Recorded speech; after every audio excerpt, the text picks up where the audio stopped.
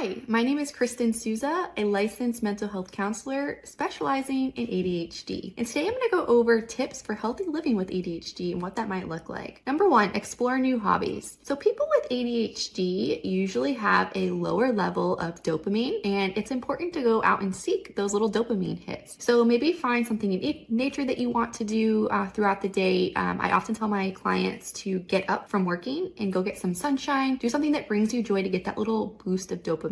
Number two, practice self-compassion. So people with ADHD usually have this negative self-talk because we often fall short in a lot of different areas at work, at home, at school, in relationships because of the symptoms of ADHD. Maybe you're forgetful, things like that. So it's important to practice self-compassion. And a good way to do that is practicing positive self-talk. So let's say you do fall short, you're forgetful, you forget things at home, maybe you're not on top of details. What are you really good at? You can say things like, you know what, I'm really creative and I'm great at giving presentations. I'm great talking to people. I'm great at doing spontaneous things. So be really mindful of the way you talk to yourself because over time, you'll start to believe those things that you're saying to yourself. Okay, number three, this one's probably annoying, but maintaining a healthy sleep routine. You're gonna hear it all the time from everyone, but people with ADHD specifically really benefit from having a healthy sleep hygiene and sleep schedule. Number four, this is one of my favorite things for people with ADHD, and it is called body doubling. What does body doubling mean? It means working on something with someone else in the room. It doesn't mean that the person in the room has to be working on what you're working on, but in my experience, I find that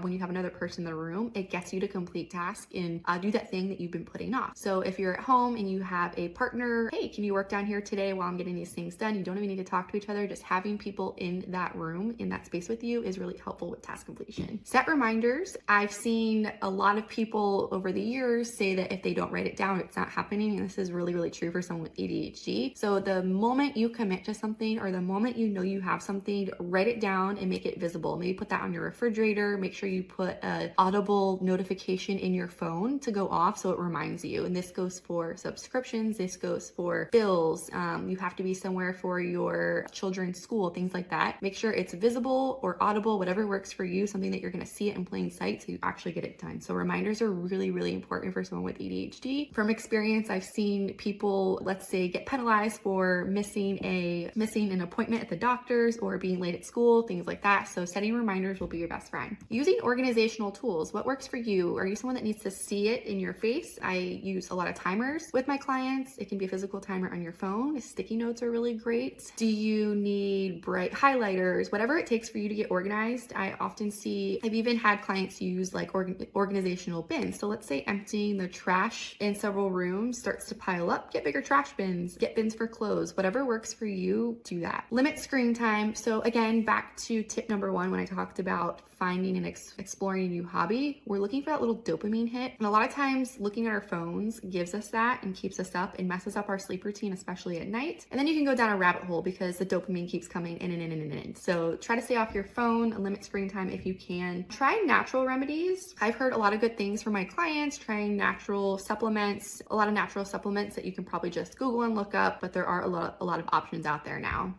Tip number 9, learn more about ADHD. So knowing your specific symptoms and knowing that it's normal and kind of learning more about ADHD can really help you find tools and resources to live a healthier lifestyle. And then number 10, stay up to date with medication. If you choose that route of medication, make sure you are taking it when you're supposed to and work with your doctor there. I've seen a lot of great results with a combination of medication and CBT, but I also have worked with a lot of people that don't go the medication route. If that doesn't work for you, awesome. The last tip I want to give you, it kind of goes back to body doubling that I mentioned earlier, is when you're trying to get a task done, I find that it's really helpful to put a pair of shoes on when you're working. I know that sounds really weird. Living with ADHD can be super frustrating and you can feel like you are constantly failing. But if there's something that you take away from this video is that you can thrive with ADHD. And there are people with ADHD running around that are CEOs and the most creative people in the world. So just because you fall short in one area of your life doesn't mean that you can't improve on that area. And it doesn't mean that you can thrive in other areas. There are resources and different things you can do to improve your day-to-day living. I hope this is helpful. If you or a loved one are struggling with ADHD, you don't have to do it alone. Talking to a therapist that specializes in ADHD can help you understand your symptoms better. We've linked some valuable resources in the description and comments to help you find a therapist, psychiatrist, and other useful resources. Check them out.